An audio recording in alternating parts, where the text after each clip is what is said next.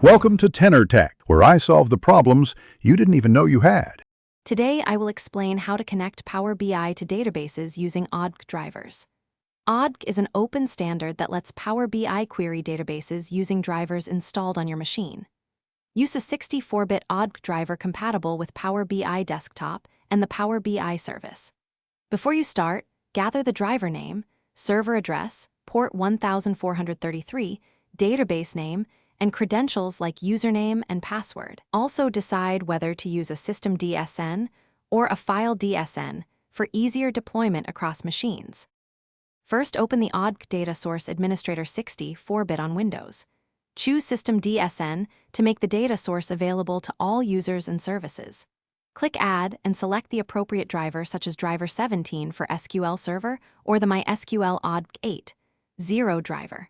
Enter the server hostname or IP and set port 1433 if required by the database.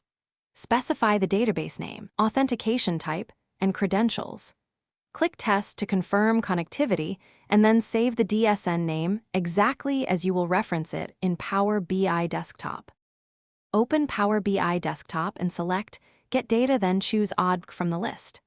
Enter the DSN name exactly and choose either Direct Query or Import mode based on needs. If the driver is missing or 32-bit, install the 64-bit driver matching Power BI Desktop. For published reports, enable the on-premises data gateway and install the same driver there.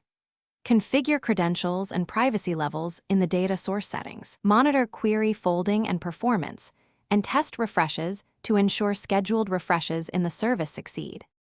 Thanks for watching. Subscribe to keep your life in tune.